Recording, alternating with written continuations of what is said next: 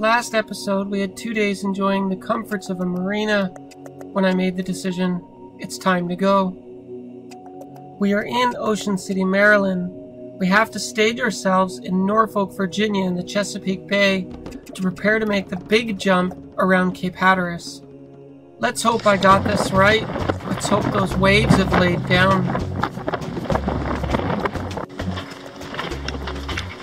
So we push WildChild off the dock and we begin motoring out.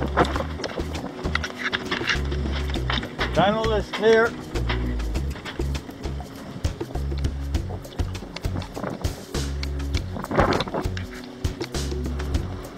Good or bad, we're committed now. Once we get up there into the open channel, the current is going to grab us and suck us out. We wouldn't be able to stop, turn around, and motor back against it. So we're going. Bye-bye, Sunset Marina. You were wonderful. Thank you. Great place to stop. The current is actually kind of slack in here right now. What's the plan for today's? Good morning, sailor fans. We have a double reefed main and 30% jetty out. We are 25 over 6.5. Wind angle 76 degrees. Running along the coast. We left Atlantic City, Maryland. We're running their beautiful sandy shoreline. We have 100 nautical miles to go, and then we're in Chesapeake Bay, Norfolk, Virginia. Yay! Yay! Here come Malcolm in the back, on the stern. The good news, I got the decision right. The waves had calmed down. We spend a lot of time trying to slow WildChild down to make the sailing more comfortable, but the wind's coming around on the nose and we're starting to sail directly into it, so the wind angles get tighter. Funny story for you, as Great Lakes sailors we knew never go sailing in more than 20 knots of wind because it's brutal. Now as like salty ocean sailors, we view 25 knots of wind as like no big deal. It's only after 30 that it becomes a headache. So we're 26 over 7. Boat speed 7. You can see the wind angle, basically a beam reach. We double reefed the main.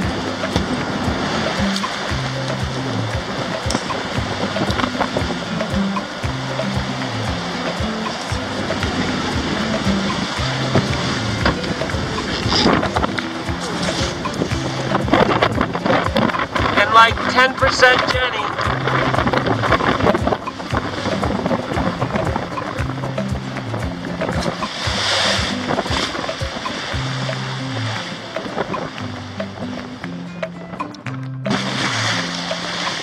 You know the expression salty sailors?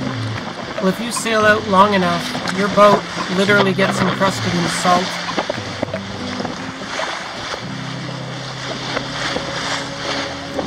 We have 100 miles of barren, sandy beach to get past.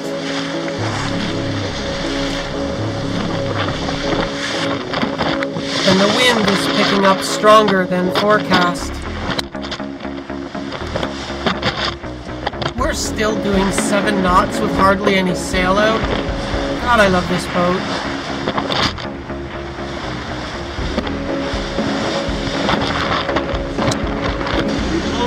Weather forecast is 18 gusting to 25. Funny, huh? Sustained 28. Ooh. It's moving after the beam, and at least it's offshore, so we can hug the coast for protection. But there is no safe harbor. We are about to take whatever Mother has to give. Look at the color of the water. It's not black anymore, it's not dark blue anymore, and it's not green. The water is brown, it's warmer, and it's shallow. As things start to settle down, I put Michelle on the helm so I can take a break. I was just looking at the compass compared to before when we started our adventure. It's south, so it's 167, 180 we're at 190 degrees and south is 180. Aha. The wind is still pretty sporty outside, but with the sails properly reefed, conditions in the cockpit are comfortable.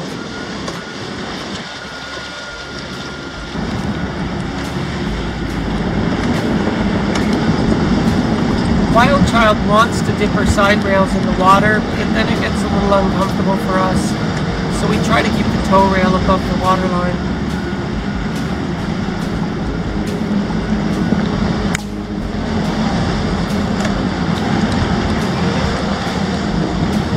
Sometimes we bury those jerry cans in the water.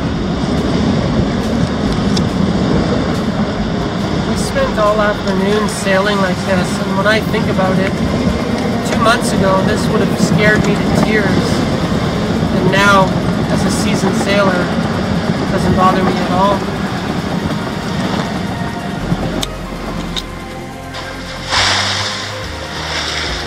As a smart captain, I'm hugging the shoreline. I'm staying within a mile of shore and I'm in 40 feet of water because I know 5 miles out and 10 miles out, these are 8-foot waves and I'm going to hate it.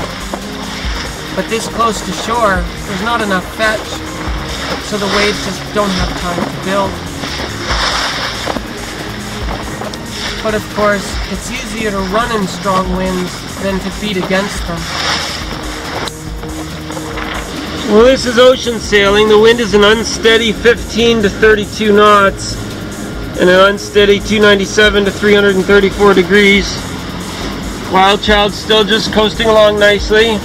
Conditions are still windy as crap.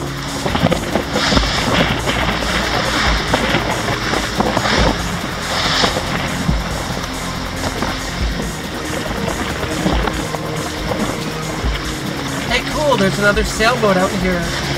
Why isn't their main up? I check on the AIS. They still have their motor running. And a little bit of Jenny for show, I guess. Why wouldn't you sail in conditions like this? I don't understand why people buy sailboats and they don't sail them.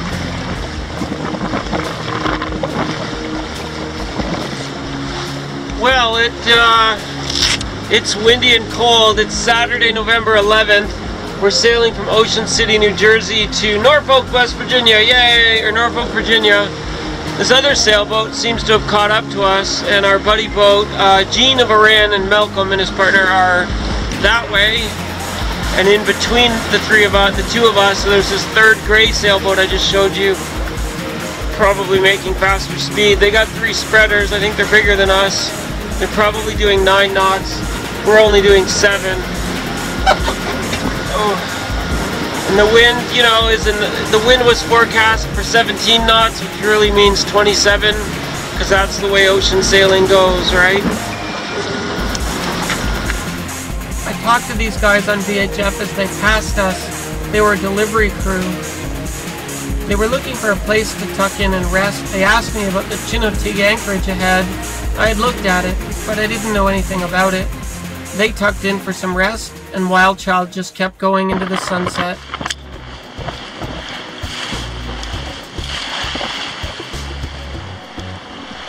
Things calmed down as the sun was setting, which was good. It meant we should have a good night in the ocean.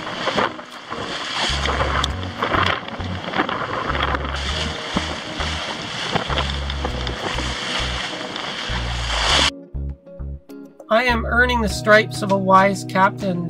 Always sail at night with less sail than you think you need. So I keep the reefs in. The reasoning is, A, there's no rush. B, you don't want to be alone at the helm in the dark and get overwhelmed by your sails, because it may take your crewmate a while to get up on deck to help you. I learned from my knockdown.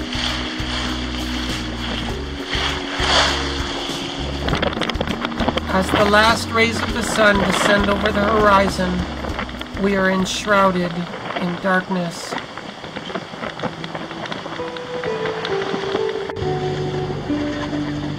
Hi guys, we're entering Chesapeake Bay in the dark. It's like 4:16 a.m.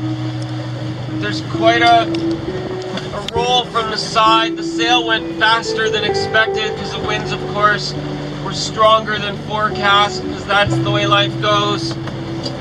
So we're arriving in the dark. Never any fun.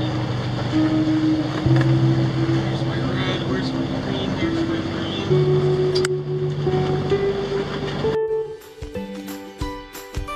Every captain has to do some math before they plan their journey. I want to jump about 110 nautical miles from Ocean City to Norfolk, Virginia. So if the expected voyage is 110 nautical miles divided by an average of 5 knots per hour, it means we need like 22 hours to make this journey. Now let's say things are going really well and maybe we do an average of 6 knots. Then we need 18 hours to arrive in Norfolk after sunrise. So if we leave around noon, we should arrive in Norfolk around 6 to 9 a.m. after sunrise. But the winds were way stronger than expected, so we went way faster than planned. Whoops, my bad. So we arrived in a foreign, unfamiliar port in the dark. Whoops. Tonight, all hail the radar. I am really nervous about hitting an unmarked buoy, a channel marker that's not in the same position as the chart plotter thinks it should be. Sailing blind, sailing in the dark, sailing by instruments is not half as fun as you think it's gonna be. This is very, very stressful for me. Ramming a 1-ton steel channel marker in the dark is gonna suck in a hurry. I take the helm and send Michelle forward with the infrared camera to look for the marks. But we make it, the sun rises, and we're okay.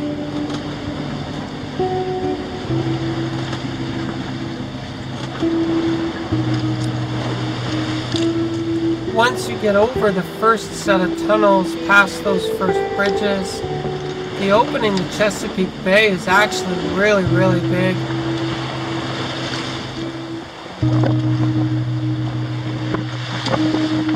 But it's also a very busy shipping port, and those container ships, they're moving in a hurry, and you better stay out of their way.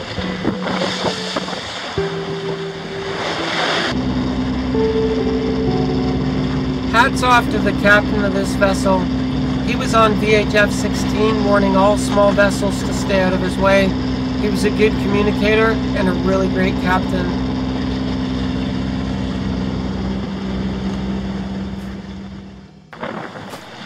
The winds had been coming down overnight, but as we turned northward in the Chesapeake Bay, we had to come into the wind. And how cool is this? That is an aircraft carrier in the distance in Norfolk, Virginia. So cool.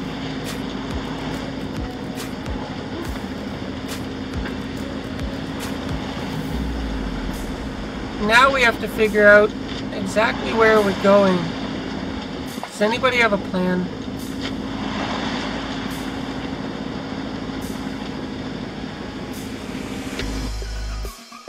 So a few hours earlier, I was looking ahead on the chart plotter for some place to go, and I saw that there was an anchorage in a place called Willoughby Bay. It looks like it has enough depth for us, and it's well reviewed. So plan A was, let's go to anchor in Willoughby Bay.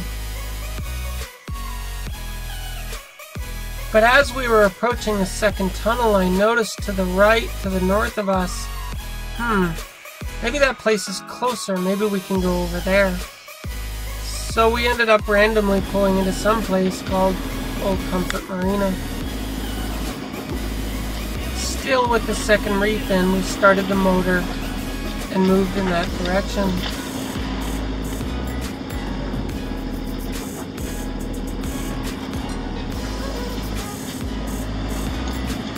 A barge loaded with barges, that's not something you see every day. So we cut the channel, we go on the left side, on the port side.